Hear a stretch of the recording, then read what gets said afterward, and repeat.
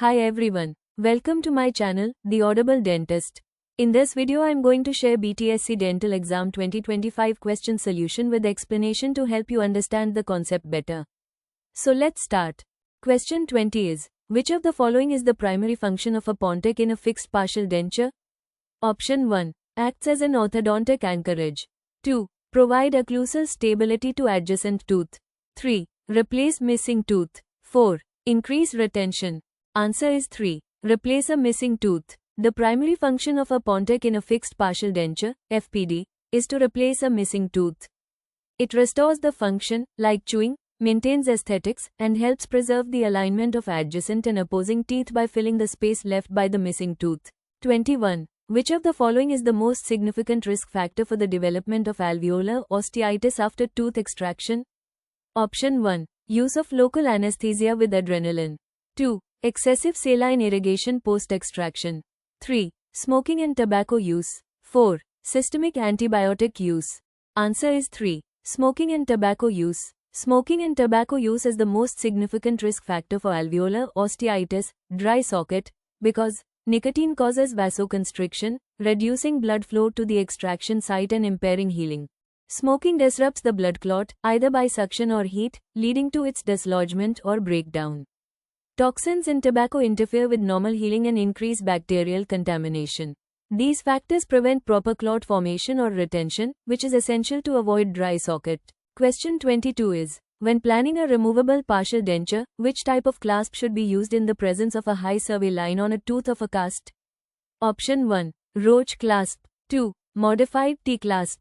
3. Acus clasp. 4. Wrought wire clasp. Answer is 1. Roach clasp. A roach clasp, also called an eye-bar clasp, is ideal for a high survey line because it approaches the undercut from the gingival direction.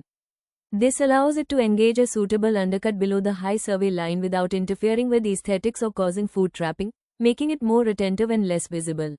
Question 23 is, recurrent epistaxis, oral telangiectasia and visceral anteriovenous malformation are the characteristics of the Option 1. Rendu-Osler-Weber syndrome. 2. Sturge-Weber syndrome. 3. Burnett-Solier syndrome. 4. Wiskott-Aldrich syndrome. Answer is 1. Rendu-Osler-Weber syndrome. Rendu-Osler-Weber syndrome, also called hereditary hemorrhagic telangiectasia, is a genetic disorder that affects blood vessels. Recurrent epistaxis, frequent nosebleeds, due to fragile blood vessels. Oral telangiectasia, small, dilated blood vessels visible on lips, tongue, and oral mucosa. Visceral arteriovenous malformations, AVMS, in organs like lungs, liver, and brain, which can cause bleeding or complications.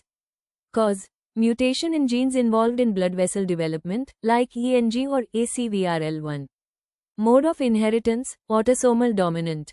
Question 24. Which of the following best describes the reverse bevel technique in the tooth preparation? Option 1. A technique used to create a sharp edge for easy identification. 2. A bevel placed on the occlusal surface to enhance retention. 3. A bevel placed opposite to the normal bevel to reduce stress concentration. 4. A bevel on the gingival margin to improve the seal. Answer is 3. A bevel placed opposite to the normal bevel to reduce the stress concentration. Reverse bevel technique involves placing a bevel opposite to the usual, external, bevel, typically on the internal line angles of a tooth preparation. This technique reduces stress concentration at the margins, helps in better distribution of occlusal forces, enhances retention and resistance of the restoration. Question 25 is, the recommended acid, concentration and time for etching the tooth surface prior to placement of pit and fissure sealants is? Option 1. Phosphoric acid 35% for 20 seconds. 2. Hydrofluoric acid 30% for 10 seconds. 3. Polyacrylic acid 40% for 30 seconds. 4. Sulfuric acid 85% for 60 seconds. Answer is 1. Phosphoric acid 35% for 20 seconds. Etching the tooth surface with 35% phosphoric acid for 20 seconds creates microporosities in the enamel. This increases surface roughness, enhancing the mechanical retention of the pit and fissure sealant. It allows the sealant to bond more effectively, improving its longevity and effectiveness in preventing caries. Question 26 is, which radiographic finding is characteristic of chronic osteomyelitis with proliferative periostitis?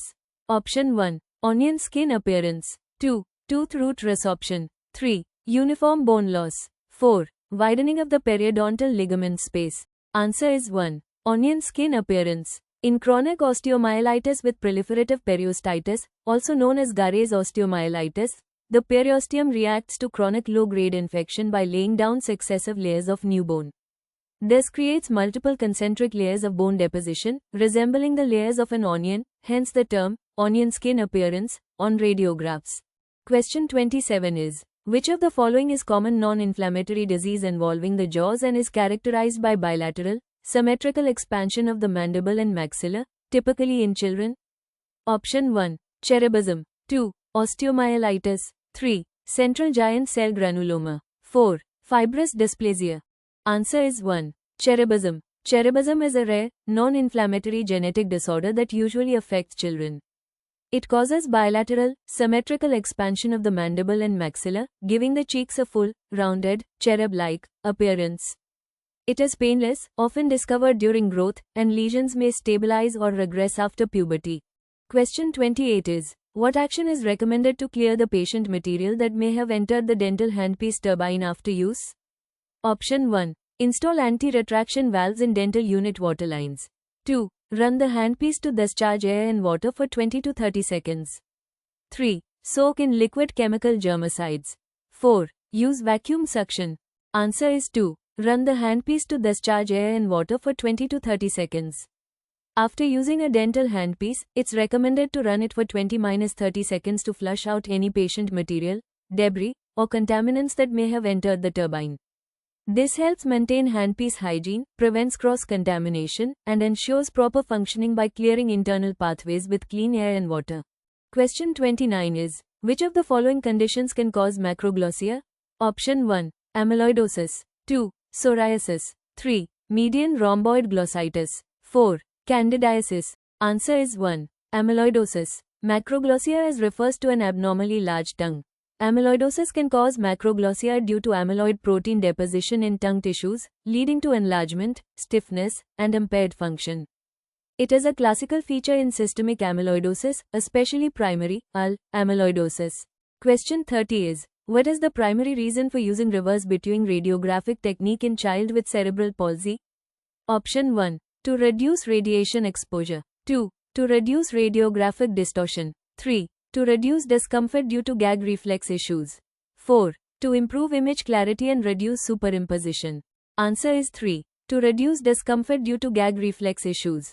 In children with cerebral palsy, the reverse between technique is used primarily to reduce discomfort caused by a strong gag reflex. These children often have difficulty controlling oral movements, and the traditional intraoral film placement can trigger gagging. By placing the film externally or using a modified approach, the reverse technique minimizes discomfort and helps obtain diagnostic images more comfortably. Okay, bye. We'll continue in next video. Stay tuned.